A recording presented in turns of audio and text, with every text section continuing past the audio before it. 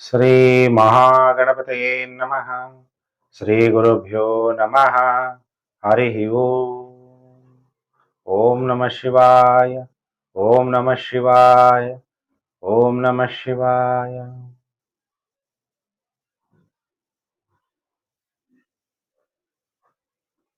ಪ್ರಿಯ ವೀಕ್ಷಕರೇ, ಧನಸ್ಸು ರಾಶಿ ಯುಗಾದಿ ವರ್ಷ ಭವಿಷ್ಯ ಕಾರ್ಯಕ್ರಮಕ್ಕೆ ನಿಮಗೆಲ್ಲ ಹಾರ್ದಿಕ ಸ್ವಾಗತ.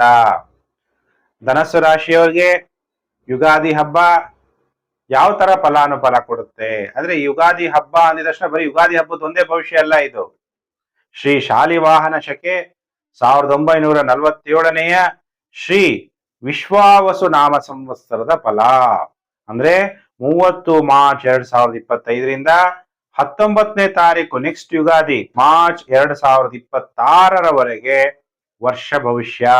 ಯುಗಾದಿ ಅಂದ್ರೆ ನಮ್ಗೆಲ್ಲ ನಮ್ಮ ಸನಾತನರಿಗೆ ಹಿಂದೂಗಳಿಗೆ ಹೊಸ ವರ್ಷ, ಎಲ್ಲ ಗಿಡ ಮರಗಳು ಚಿಗುರುವಂತ ಸಮಯ ಯುಗಾದಿ ಹಬ್ಬ. ಅಂದ್ರೆ ಈ ವರ್ಷ ರಾಜ ರವಿ, ಮಂತ್ರಿ ಚಂದ್ರ, ಸೇನಾಧಿಪತಿ ರವಿ, ಮೇಷಾಧಿಪತಿ ರವಿ, ಸಸ್ಯಾಧಿಪತಿ ಬುಧ. ಹಾಗಾದ್ರೆ ಈ ಸಂವತ್ಸರ ಹೇಗಿರುತ್ತೆ? ಈ ವಿಶ್ವಾವಾಸು ಶ್ರೀ ವಿಶ್ವಾವಾಸು ನಾಮ ಸಂವತ್ಸರ ಮಳೆ ರೈತರಿಗೆ ಮಧ್ಯಮವಾಗಿರುತ್ತೆ, ಬೆಳೆಗಳು ಸಾಧಾರಣವಾಗಿ ಫಲಿಸುತ್ತೆ, ಸಾಂಕ್ರಾಮಿಕ ರೋಗ ಬಾಧೆ ಅಧಿಕವಾಗಿರುತ್ತೆ. ನಾನೆಲ್ಲ ಹೇಳಿದ್ದೆ 2019-20ರಲ್ಲಿ ಭಾರತ ದೇಶದಲ್ಲೂ ಕೊರೋನಾ ಬರೋಕ್ಕಿಂತ ಮುಂಚೆನೆ ಸಾಂಕ್ರಾಮಿಕ ರೋಗ ಭಾರತ ದೇಶದಲ್ಲೂ ಬರುತ್ತೆ ಅನ್ನುವಂಥದ್ದು. ಅದಕ್ಕೆ ಎಚ್ಚರವಾಗಿರ್ಬೇಕು. ಈಗಲೂ ಕೂಡ ವೈರಲ್ ಇನ್ಫೆಕ್ಷನ್ ಎಲ್ಲಿಂದ ಬರುತ್ತೆ ಅಂತ ಎಲ್ಲರಿಗೂ ಗೊತ್ತಲ್ಲ, ಚೀನಾ ದೇಶದಿಂದ. ಕಳ್ಳರ ಉಪಟಳ ಜಾಸ್ತಿ ಆಗುತ್ತೆ, ದೇಶದ ಅಭಿವೃದ್ಧಿ ಕಾರ್ಯಗಳು ಮಂದಗತಿಯಲ್ಲಿ ಇರುತ್ತೆ ಅನ್ನುವಂಥದ್ದು ಈ ಸಂವತ್ಸರ ಹೇಳ್ತಾ ಇದೆ. ಹಾಗಾದ್ರೆ ಧನಸ್ಸು ರಾಶಿ ಜಾತಕರಿಗೆ ಆದಾಯ ಎಷ್ಟು, ವ್ಯಯ ಎಷ್ಟು ಅನ್ನುವಂತಹ ವಿಚಾರ ತಿಳಿಸ್ತೀನಿ. ಆದಾಯ 11 ಆದ್ರೆ ವ್ಯಯ ಬರೀ 2. ನಿಮ್ಗೆ ಈ ವರ್ಷ ಲಾಭ ಜಾಸ್ತಿ ಪ್ರಾಪ್ತಿಯಾಗತ್ತೆ. ಹಾಗಾದ್ರೆ ಧನಸ್ಸು ರಾಶಿ ಅಂದ್ರೆ ನಿಮ್ಮ ನಕ್ಷತ್ರಗಳು ಮೂಲ, ಪೂರ್ವಾಷಾಢ, ಉತ್ತರಾಷಾಢ ನಕ್ಷತ್ರ 1ನೇ ಪಾದ ಆಗಿದ್ರೆ ನೀವೆಲ್ಲ ಧನಸ್ಸು ರಾಶಿ ಜಾತಕರು. ಇನ್ನು ಹೇಳ್ತೀರಾ, ಗುರುಜಿ ನನ್ನ ಹತ್ರ ಡೇಟ್ ಆಫ್ ಬರ್ತ್ ಇಲ್ಲ, ಟೈಮ್ ಆಫ್ ಬರ್ತ್ ಗೊತ್ತಿಲ್ಲ. ನಿಮ್ಗೆಲ್ಲ ಹೆಸರುಗಳು ಇಟ್ಟಿರ್ತಾರಲ್ಲ, ಹೆಸರು ಮೇಲೆ ನಿಮ್ಮ ರಾಶಿಯನ್ನು ನೀವು ನಿರ್ಣಯ ಮಾಡ್ಕೋಬಹುದು.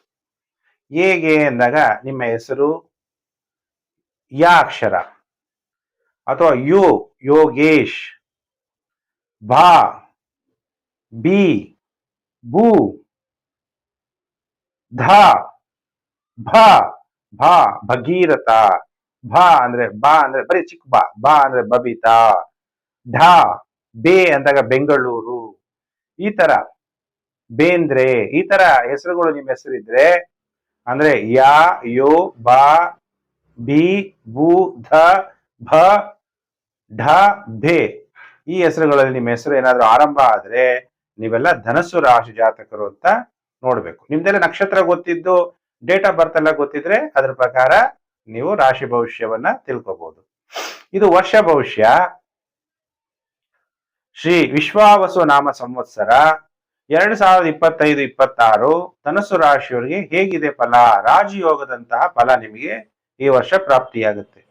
ಯಾಕೆ ಅಂದ್ರೆ ಗುರುಬಲ ಆರಂಭ ಆಗುತ್ತೆ, ರಾಹು ಬಲನೂ ಕೂಡ ಆರಂಭ ಆಗುತ್ತೆ, ಭಾಗ್ಯ ಭಾವದಲ್ಲಿ ಕೇತು ಸಂಚಾರ ಆಗ್ತಾನೆ, ಅದು ಕೂಡ ಶುಭ ಫಲ ಪ್ರಾಪ್ತಿಯಾಗುತ್ತೆ. ಆದ್ರೆ ಒಂದು ನೆಗೆಟಿವ್ ಎಫೆಕ್ಟ್ ಏನಂದ್ರೆ ಅರ್ಧಾಷ್ಟಮ ಶನಿ ಕೂಡ ಆರಂಭ ಆಗುತ್ತೆ. ಹಾಗಾದ್ರೆ ಧನಸ್ಸು ರಾಶಿಯವರಿಗೆ ಈ ವರ್ಷ ಹೇಗಿದೆ ಫಲಾನುಫಲ ಅನ್ನುವಂಥ ವಿಚಾರವನ್ನ ನಾನೀಗ ತಿಳಿಸ್ತೀನಿ. ಈ ವರ್ಷದಲ್ಲಿ 7-9-2025 ಚಂದ್ರಗ್ರಹಣ, 21-9-2025 ಸೂರ್ಯಗ್ರಹಣ, 17 ಫೆಬ್ರವರಿ 2026 ಸೂರ್ಯಗ್ರಹಣ, 3-3-2026 ಚಂದ್ರಗ್ರಹಣ. ಹಾಗಾದ್ರೆ ಈಗ ಈ ವರ್ಷದ ಭವಿಷ್ಯಕ್ಕೆ ಡೈರೆಕ್ಟ್ ಆಗಿ ಬರ್ತಾ ಇದ್ದೀನಿ. ಧನಸ್ಸು ರಾಶಿಯವರಿಗೆ 29 ಮಾರ್ಚ್ 2025ರಿಂದ ಅರ್ಧಾಷ್ಟಮ ಶನಿ ಆರಂಭ. ಅದ್ರ ಬಗ್ಗೆ ಸಂಪೂರ್ಣವಾಗಿ ವಿಡಿಯೋ ನೋಡಬೇಕು ಅಂದ್ರೆ ನಮ್ಮ ಚಾನಲ್ ಅಲ್ಲಿ ಪ್ಲೇ ಲಿಸ್ಟ್ ಇದೆ, ಸ್ಯಾಟರ್ನ್ ಟ್ರಾನ್ಸಿಟ್ ಅಂತ ಹೇಳಿ, ಶನಿ ಸಂಚಾರ ಫಲ ಧನುರ್ ರಾಶಿದು ನೀವು ನೋಡ್ಬೋದು. 14-5-2025 ದೇವಗುರು ಬೃಹಸ್ಪತಿ ವೃಷಭ ರಾಶಿಯಿಂದ ಮಿಥುನ ರಾಶಿಗೆ ಸಂಚಾರ ಆಗ್ತಾನೆ. ನಿಮ್ಮ ರಾಶ್ಯಾಧಿಪತಿ ಮತ್ತು ಚತುರ್ಥಾಧಿಪತಿ ಕೂಡ ಆಗಿರೋದ್ರಿಂದ ಅರ್ಧಮಾಷ್ಟಮ ಶನಿ ಕೂಡ ಕಾಟ ಕಡಿಮೆ ಇರುತ್ತೆ. ಯಾಕೆಂದ್ರೆ ಶನಿ ಮಹಾತ್ಮ ಸಂಚಾರ ಆಗ್ತಿರುವ ಮನೆಯ ಅಧಿಪತಿಯೇ ಗುರು ನಿಮ್ಮ ಜನ್ಮ ರಾಶಿಯನ್ನು ನೋಡೋದ್ರಿಂದ ಶನಿ ಮಹಾತ್ಮನು ಕೂಡ ನಿಮ್ಗೆ ಶುಭ ಫಲ ಕೊಟ್ಬಿಡ್ತಾನೆ. ಆಮೇಲೆ ರಾಹು ಕೇತುಗಳು 18 ಮೇ 2025 ರಾಹು ಮತ್ತು ಕೇತು ಅಪ್ರದಕ್ಷಿಣಾಕಾರ ಆಂಟಿ ಕ್ಲಾಕ್ ವೈಸ್ ಅಲ್ಲಿ ಮೂವ್ ಆಗುವಂತ ಗ್ರಹಗಳು. ರಾಹು ಮೀನ ರಾಶಿಯಿಂದ ಕುಂಭ ರಾಶಿಗೆ ಸಂಚಾರ ಆಗ್ತಾನೆ. ಶನಿ ಮಹಾತ್ಮ ಕೇತು ಕನ್ಯಾ ರಾಶಿಯಿಂದ ಸಿಂಹ ರಾಶಿಗೆ ರಾಶಿ ಪರಿವರ್ತನೆ ಆಗ್ತಾನೆ. ಸೊ ಹಾಗಾದ್ರೆ ಧನಸ್ಸು ರಾಶಿಯವರಿಗೆ ಹೇಗಿದೆ ಫಲಾನುಫಲ ಅನ್ನುವಂತಹ ವಿಚಾರ ಈಗಾಗಲೇ ಹೇಳ್ಬಿಟ್ಟೆ, ನಿಮಗೆ ರಾಜಯೋಗದಂತಹ ಫಲ. ಹಾಗಾದ್ರೆ ಬೃಹಸ್ಪತಿ ಅರ್ಧಾಷ್ಟಮ ಶನಿ ಕಾಟ ಇಲ್ವಾ? ನೋ. ಯಾಕೆ? ಗುರುಬಲ ಬಂದ್ಬಿಡುತ್ತೆ. ಗುರು ಹೇಗಿರ್ತಾನೆ? ಬಲಿಷ್ಠವಾಗಿರ್ತಾನೆ. ಶನಿ ಮಹಾತ್ಮನು ಕೂಡ ಗುರುವಿನ ಮಾತು ಕೇಳಲೇಬೇಕಾಗುತ್ತೆ. ಯಾಕೆ? ಯಾರ ಮನೆಗೆ ಹೋಗ್ತಾ ಇದ್ದಾನೆ? ಗುರು ಮನೆಗೆ ಶನಿ ಮಹಾತ್ಮನ ಸಂಚಾರ. ಆಗ ನಿಮ್ಮ ಕರ್ಮ ಏನಾಗುತ್ತೆ? ಶ್ರೇಷ್ಠ ಆಗುತ್ತೆ. ನಿಮ್ಮ ಕರ್ಮ ಶ್ರೇಷ್ಠ ಆದಾಗ ನಿಮಗೆ ಅದರ ಫಲ ಏನಾಗಿರುತ್ತೆ? ಶ್ರೇಷ್ಠವಾಗೇ ಇರುತ್ತೆ. ನಿಮ್ಮ ಕರ್ಮ ಶ್ರೇಷ್ಠ ಇಲ್ಲದೆ ಇದ್ದಾಗ ಅದ್ರ ಫಲನೂ ಕೂಡ ಶ್ರೇಷ್ಠ ಇರಲ್ಲ. ಅದಕ್ಕೆ ನಿಮ್ಮ ಕರ್ಮ ಶ್ರೇಷ್ಠ ಆಗತ್ತೆ.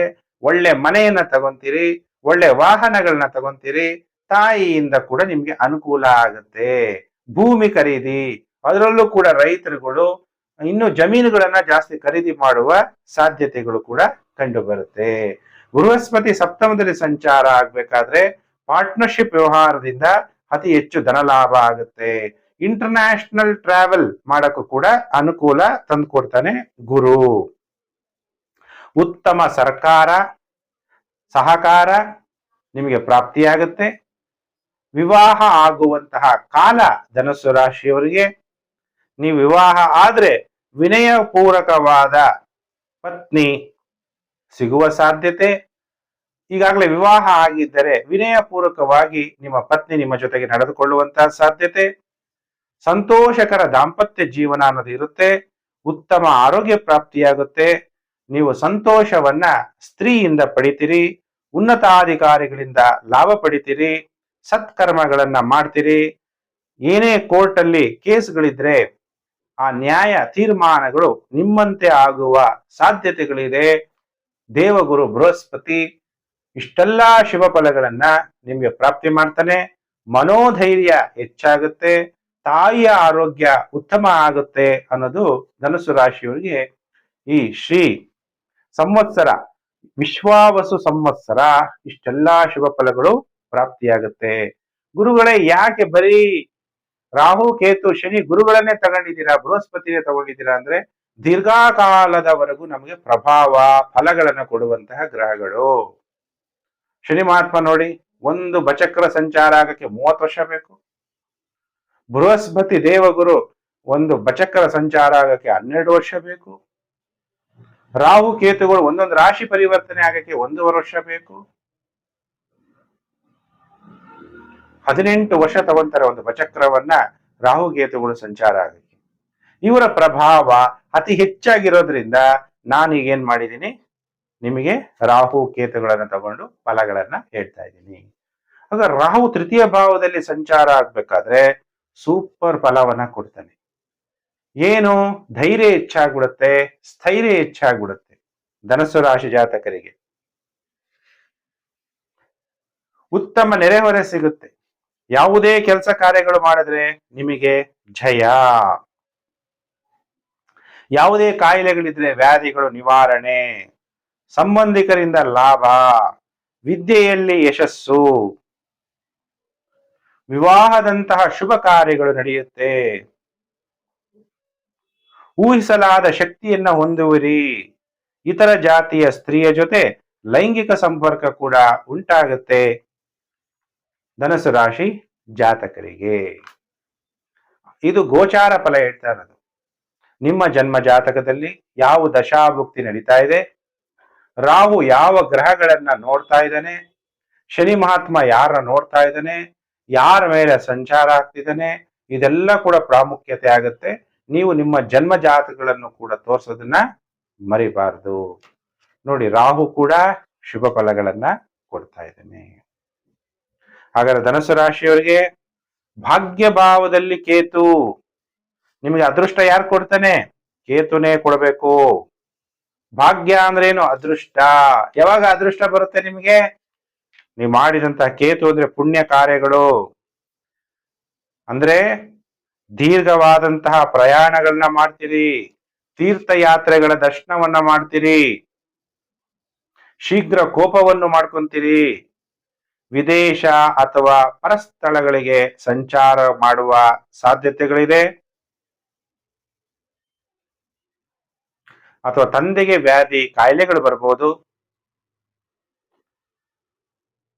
ನೀವು ಪರಸ್ಥಳಗಳಿಗೆ ಹೋದ್ರೆ ಶಿಕ್ಷೆನೂ ಕೂಡ ಉಂಟಾಗ್ಬೋದು. ಜಾಗ್ರತೆ. ಕೇತುವಿನ ಫಲ, ರಾಹುವಿನ ಫಲ ಹೇಳಿದೆ. ಶನಿಯ ಫಲನು ಕೂಡ ನೀವು ಸ್ಯಾಟರ್ನ್ ಟ್ರಾನ್ಸಿಟ್ ಅಂತ ನಮ್ಮ ಚಾನಲ್ ಇದೆ, ಅಲ್ಲೂ ನೋಡ್ಬೋದು. ಶನಿಯ ಫಲನು ಕೂಡ ಧನುಸು ರಾಶಿಯವರಿಗೆ ಹೇಳಿದ್ದೀನಿ. ಶನಿ ಮಹಾತ್ಮ ಅರ್ಧಾಷ್ಟಮ ಶನಿ ಇದ್ರೂ ಕೂಡ ಗುರು ಬಲ ಬಂದಿದ ತಕ್ಷಣ ಅರ್ಧಾಷ್ಟಮ ಶನಿ ಕಾಟ ಕಮ್ಮಿಯಾಗಿ ನಿಮಗೆ ಶುಭ ಫಲ ಪ್ರಾಪ್ತಿಯಾಗುತ್ತೆ. ಹಾಗಾದ್ರೆ ಧನುಸು ರಾಶಿಯವರು ಏನು ಪರಿಹಾರ ಮಾಡ್ಕೋಬೇಕು ಅಂದಾಗ, ಶ್ರೀ ಮೃತ್ಯುಂಜಯ ಮಂತ್ರವನ್ನ ಜಪ ಮಾಡಿ, ಓಂ ಮೃತ್ಯುಂಜಯಾಯ ನಮಃ ಅನ್ನುವಂತಹ ಮಂತ್ರವನ್ನ ಜಪ ಮಾಡ್ತಾ ಮೃತ್ಯುಂಜಯ ಹೋಮ, ರುದ್ರಾಭಿಷೇಕವನ್ನ ಮಾಡಿಸಿ ಗ್ರಹಗಳಿಂದ ಉಂಟಾಗುವ ನೆಗೆಟಿವ್ ಎಫೆಕ್ಟ್ ಕಡಿಮೆ ಆಗುತ್ತೆ. ಯಾರು ಧನುಸು ರಾಶಿ ಜಾತಕರಿದ್ದೀರಿ, ಹೊಸಬರಿದ್ರೆ ಸಬ್ಸ್ಕ್ರೈಬ್ ಮಾಡ್ಕೊಳ್ಳಿ. ನೋಟಿಫಿಕೇಶನ್ ಬೆಲ್ ಆಲ್ ಅನ್ನೋದು ಒತ್ತಿದ್ರೆ ನಾನು ಮುಂದೆ ಹಾಕುವ ಲೇಟೆಸ್ಟ್ ವಿಡಿಯೋ ನಿಮಗೆ ಬೇಗ ಬಂದು ತಲುಪುತ್ತೆ. ಕೆಳಗಡೆ ಶೇರ್ ಬಟನ್ ಇದೆ, ನೀವೆಲ್ಲ ಸೋಷಿಯಲ್ ಮೀಡಿಯಾಗಳಿರ್ತೀರಿ, ಫೇಸ್ಬುಕ್ ವಾಟ್ಸಪ್ ಗ್ರೂಪ್ ಎಲ್ಲೆಲ್ಲಿದ್ದೀರಾ ಅಲ್ಲೆಲ್ಲ ವಿಡಿಯೋವನ್ನ ಶೇರ್ ಮಾಡೋದನ್ನ ಮರಿಬೇಡಿ. ಯಾಕೆಂದ್ರೆ ಸರ್ವಸ್ಯ ಲೋಚನಂ ಶಾಸ್ತ್ರಂ, ಶಾಸ್ತ್ರಗಳು ಋಗ್ವೇದ, ಯಜುರ್ವೇದ, ಸಾಮವೇದ, ಅಥರ್ವಣ ವೇದ ನಮ್ಮ ಸನಾತನ ಧರ್ಮ, ಹಿಂದೂ ಧರ್ಮದ ಫೌಂಡೇಶನ್ ಆಗಿದೆ. ನಮಗೆ ವೇದಗಳು ಅರ್ಥ ಆಗಲ್ಲ ಅಂದಾಗ ಉಪನಿಷತ್ತುಗಳು ಅರ್ಥ ಆಗಲ್ಲ ಅಂದಾಗ ಭಗವದ್ಗೀತೆ. ಈ ಕತ್ಲಲ್ಲಿ ಬೆಳಕನ್ನ ತೋರಿಸುವ ವೇದದ ಅಂಗ ಜ್ಯೋತಿಷ ಶಾಸ್ತ್ರ. ಎಲ್ಲರೂ ಕೂಡ ಸೋಷಿಯಲ್ ಮೀಡಿಯಾಗಳಲ್ಲಿ ಶೇರ್ ಮಾಡಿ. ನಿಮ್ಗೆಲ್ಲ ಒಳ್ಳೇದಾಗ್ಲಿ ಅಂತೇಳಿ ದೇವರಲ್ಲಿ 1 ನಿಮಿಷ ಪ್ರಾರ್ಥನೆ ಮಾಡ್ತೀನಿ. ನೀವು ನಿಮ್ಮ ಇಷ್ಟ ದೇವರನ್ನ ಪ್ರಾರ್ಥನೆ ಮಾಡಿ. ಓಂ ಸರ್ವೇಷಾಂ ಸ್ವಸ್ತಿರ್ಭವತು, ಸರ್ವೇಷಾಂ ಶಾಂತಿರ್ಭವತು, ಸರ್ವೇಷಾಂ ಪೂರ್ಣಂ ಭವಂತು, ಸರ್ವೇಷಾಂ ಮಂಗಳಂ ಭವಂತು. ಓಂ ಶಾಂತಿ ಶಾಂತಿ ಶಾಂತಿ. ಸಮಸ್ತ ಲೋಕೋ ಸುಖಿನೋ ಭವಂತು. ಪ್ರಿಯ ವೀಕ್ಷಕರೇ, ನಿಮ್ಮೆಲ್ಲರಿಗೂ ಕೂಡ ಉತ್ತಮ ಆರೋಗ್ಯ, ಶಾಂತಿ, ಸುಖ, ನಿಮ್ಮ ಜೀವನದಲ್ಲಿ ಮಂಗಳ ಆಗ್ಲಿ ಅಂತೇಳಿ ದೇವರಲ್ಲಿ ಶಾಂತಿ ಮಂತ್ರ ಹೇಳಿದ್ದೀನಿ.